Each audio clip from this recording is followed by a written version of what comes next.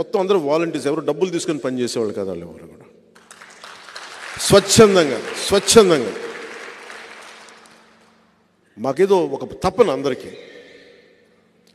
నలిగి ఏదో తపస్సు, ఒక తపనతో వచ్చారు అందరూ. సో నాకు ఎంత బలమైన అవకాశం, నాకు పిఠాపురంలో పోటీ చేసే అవకాశం కల్పించినందుకు, మీరందరూ జాయిన్ అయ్యి తద్వారా నన్ను మరింత బలోపేతం చేస్తున్నందుకు మనస్ఫూర్తిగా మీ అందరికీ పేరు పేరున ధన్యవాదాలు. సో ఇందాక నేను చెప్తున్నట్టుగా నేను 2 నిర్ణయించుకున్నా.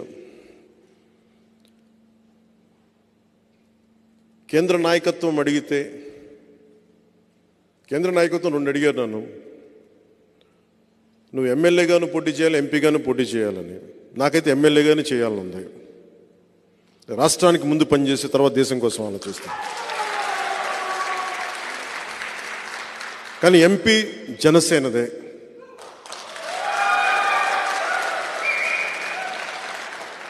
ఉదయ్ నా కోసం ఇంత త్యాగం చేశాడు కాబట్టి ఉదయ్ని ఎంపీ క్యాండిడేట్గా పంపిస్తాను.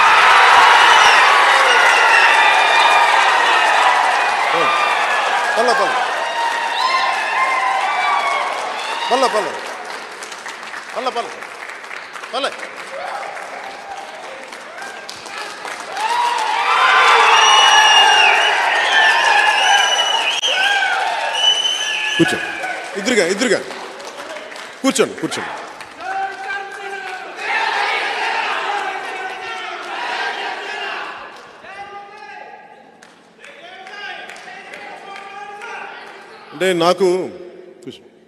అంటే నాతోటి నన్ను వద్దనుకొని వెళ్ళిపోయిన వాళ్ళు తప్ప నేను ఎవరిని వద్దనుకోలేదు జీవితంలో ఇప్పుడు దాకా. ఒకసారి నా స్నేహం, నా ప్రేమ చూసిన తర్వాత నన్ను ఎవరికి వదలబోతే, మా మహేందర్ రెడ్డి గారు మన జనసేన పార్టీ వైస్ ప్రెసిడెంట్. నేను పిఆర్పి నుంచి యూత్ వింగ్లో ఉండి ఆ రోజు నుంచి ఈ రోజు దాకా నేను ఓడిపోయినా, ఏమైనా, కింద పడ్డా, మీద పడ్డా, నా పక్కన ఉండిపోయాను.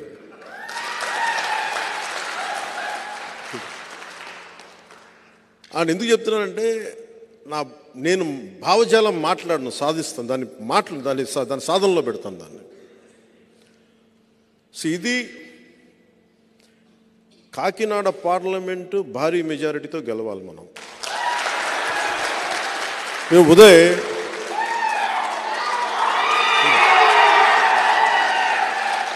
అంటే యాక్చువల్లీ చెప్పాలనుకోలే, ఉదయ్ లేదు మావాడు నాకు ఎసరు పెట్టవు కదా భవిష్యత్తులో సరదాగా లేదు. నాకు ఒక బ్రదర్ లాంటి తను, తమ్ముడు లాంటి నాకు. అందుకనే కదా పవన్ కళ్యాణ్ అయ్యాడు.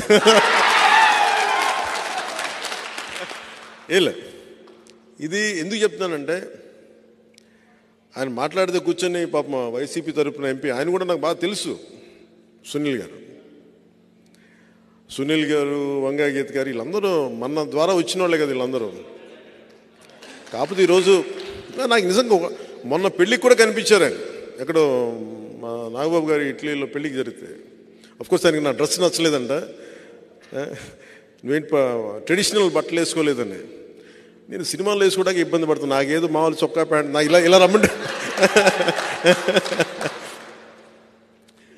నిజంగా ఆయన చాలా తప్పు పార్టీని ఎంచుకున్నారు. మంచివాడే కానీ తప్పు పార్టీని ఎంచుకున్నాడు ఆయన, లేదా సరైన సమయంలో ఆ పార్టీని ఎంచుకోలేదు.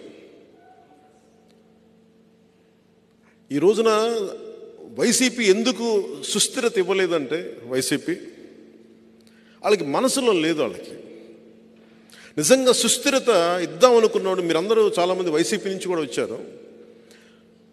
ఇప్పుడు నేను నా క్యాడర్ని నేను రక్షించుకుంటాను, నేను వదలను నా క్యాడర్ని. మా కొట్టే స్థాయిని శ్రీకాళహస్తిలో ఒక చెంపదెబ్బ పడితే నేను మొత్తం ఢిల్లీకి వెళ్తున్నాను ఆపేసి అటు తిరుపతి శ్రీకాళహస్తిలో దిగి నేను అంత కాపాడుకుంటాను. మీ మీద ఒక దెబ్బ పడితే, ఒక కేసు పడితే నేను ఉంటాను మీకోసం.